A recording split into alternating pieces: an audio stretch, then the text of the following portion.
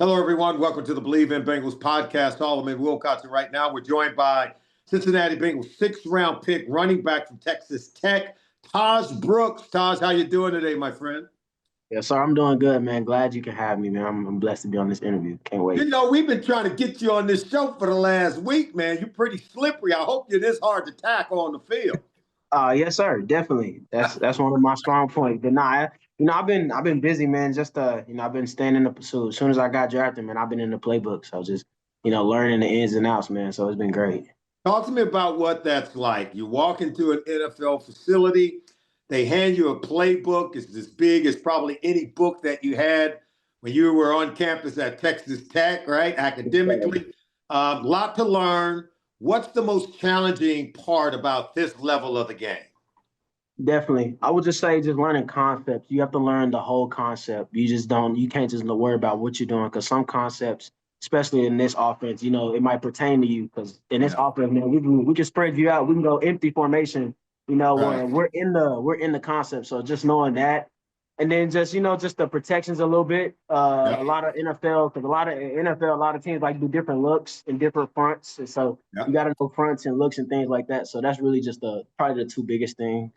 How important is it for a running back when you're in the backfield with Joe Burrow or any quarterback, right? To Mhm. understand those protections, to make sure you get that part right. There's a lot of plays running backs are making without the ball in their hand, right?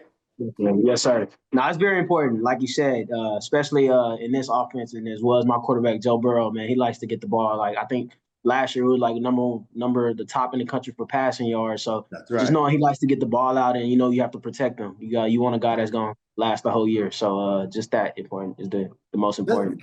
let's go back to your college career at Texas Tech, man. You put up heck of a numbers, over 1,500 yards rushing each of your last 2 years. You were a big man on campus. When did that light finally come on for you where the game, you could see it all and you could do it the way that you really wanted to perform?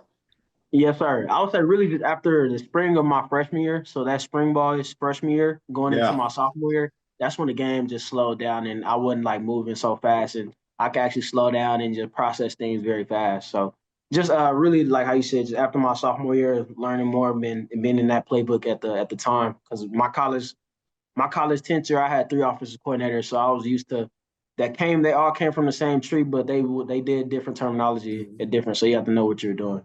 You finished your career at Texas Tech with a career average of 5.2 yards per carry. Every scout that I talk to at the NFL level, they say, look, we got to have them over 5 yards a carry. If they got over 5 yards a carry, they can play in this league. And certainly you have checked that box big time.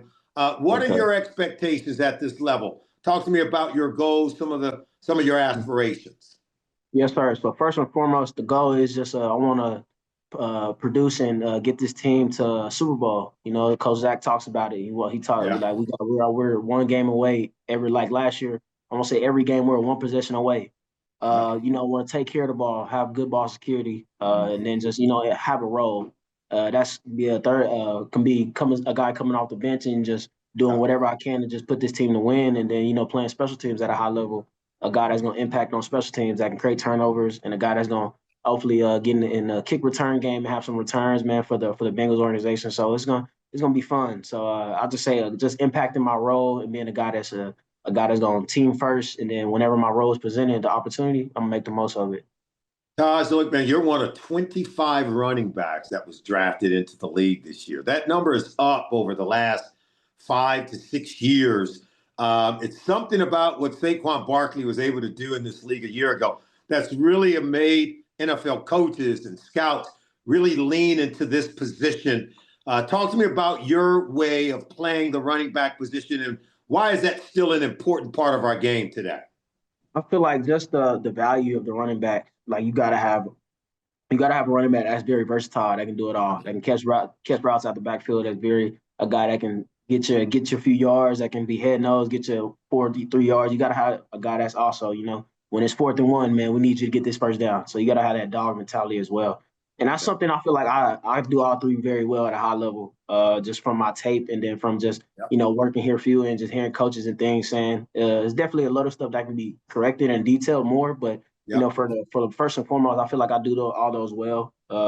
And then you can't let in this game. You got to make people miss. That's something a running back you Right. must do. You got to be able to make this guy miss, even if he's unblocked. You got to make sure you got to press the linebacker, make him miss. You got to make safeties, DBs miss, make them look stupid. So whenever that time comes, so I was going to tell you, you got plenty of that on tape, man. You're a yes, tough guy to get on the ground. Very, very slippery. Who was the guy that you looked at growing up watching this game?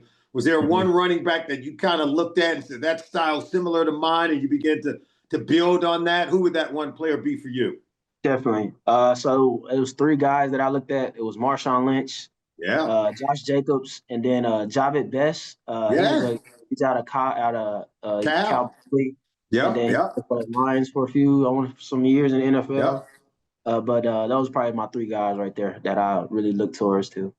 All three of those guys, man, they know how to run through defenders, man. Yes, sir. I mean, you picked three good ones that got mad respect around this league. So I really like that. Where did you develop your love for the game? What is that about? Where's your motivation? Where does it come from? When did you realize that this was the game for you?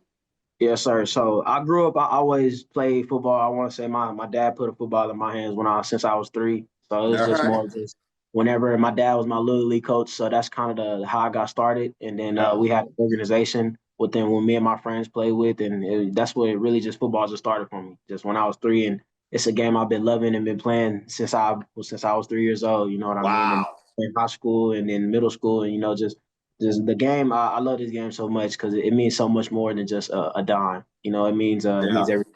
Going to war with the guys you with your brothers, and then winning something that's at stake, which is winning games, and like this year, hopefully getting to that Super Bowl. Because most people who start playing the game at 3, 4, and 5, they burn out by the time they get here, man. They're walking away from the game. I see guys who can really play. They say, man, I've been doing this since I was in kindergarten, man. I've played enough. I had enough. And here you are all these years later. You still have a love for it. Yes, sir. Definitely. That's just something. I feel like it's something that's joyful. It's like peace. Like whenever I Yeah. play football, it's like my center of my peace. Like I can come in, I know I'm gonna be happy, and just being able to do what I want to do, just playing football, it just puts a smile on my face. Even if I have a correction, or if I mess up on a play, that just I'm out here playing football, and I'm blessed to do it each and every day because a lot of people don't get this opportunity. Now, talk to me about, you hanging out. You just get to town, man. You're going over to the baseball game. You're hanging out with Yeah. Yes, sir. Chicago White Sox and Miles Martin. I know he's a guy that you know from your days with the Red Raiders. Just Yes. talk to me about that. You hooking up with Major League Baseball dudes. Yes, sir. So, just man, it was a fun experience. I went to the baseball game. I threw the first pitch for the Cincinnati Reds. Got a Oh, little yeah. customized jersey. It was a great experience, man. The fans are incredible, and that game wasn't even like super packed, but it was a lot of people there. So, and then like you said, man, I ran into a fellow Red Raider. Always run into a fellow Red Raider. You want to take pictures. You want to just have that time together and just chop it Yeah. up. Just talk about just the college experience and how it is in the league and how you doing and just getting back to life and just where you at. So it was fun, man. It was great. That's got to be nice, though, to run into guys that you were on campus with. You Yes, see sir. them, they're making their dreams come true. You're making your dreams come true. And you guys can meet at the top together, man. It's got to be a wonderful Yeah. feeling, right? It's a great feeling, and it's just crazy how much it's a lot of Red Raiders in the national sports realm, such as like Patrick Mahomes, such as Yeah. the guy you said from the baseball team, and just all around. Like we got golfers, we got baseball players, we got maybe Kobe might have some softball players after they win this in a super regional game. You know what I mean? So Okay. it's just great. It's great. Well, talk to me about just being around town. You find any of the good places to eat? What's your favorite restaurant around town? Yeah. So my favorite restaurant, it's a brunch spot. It's called Sleepy Bee. It's Yeah. pretty. Man. I like their pancakes. I Go like what they ahead. do with their pancakes, and that was probably that was the only carb I probably had that day. So I just had pancakes, eggs, and bacon. But man, that brunch spot is very nice. And then I've been it's a steak place. It's a famous steak place out here.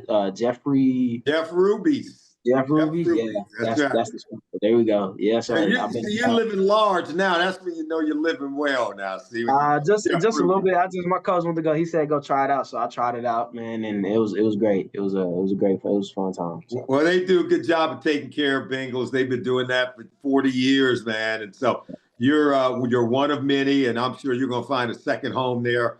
Jeff Ruby's a great guy. He loves Cincinnati, and he loves the Cincinnati Bengals. Thank you for taking the time to join us on the Believe in Bengal podcast. Wish you all the best. I'll see you around training camp, okay? Yes, sir. Thank you so much. Okay, all the best to you.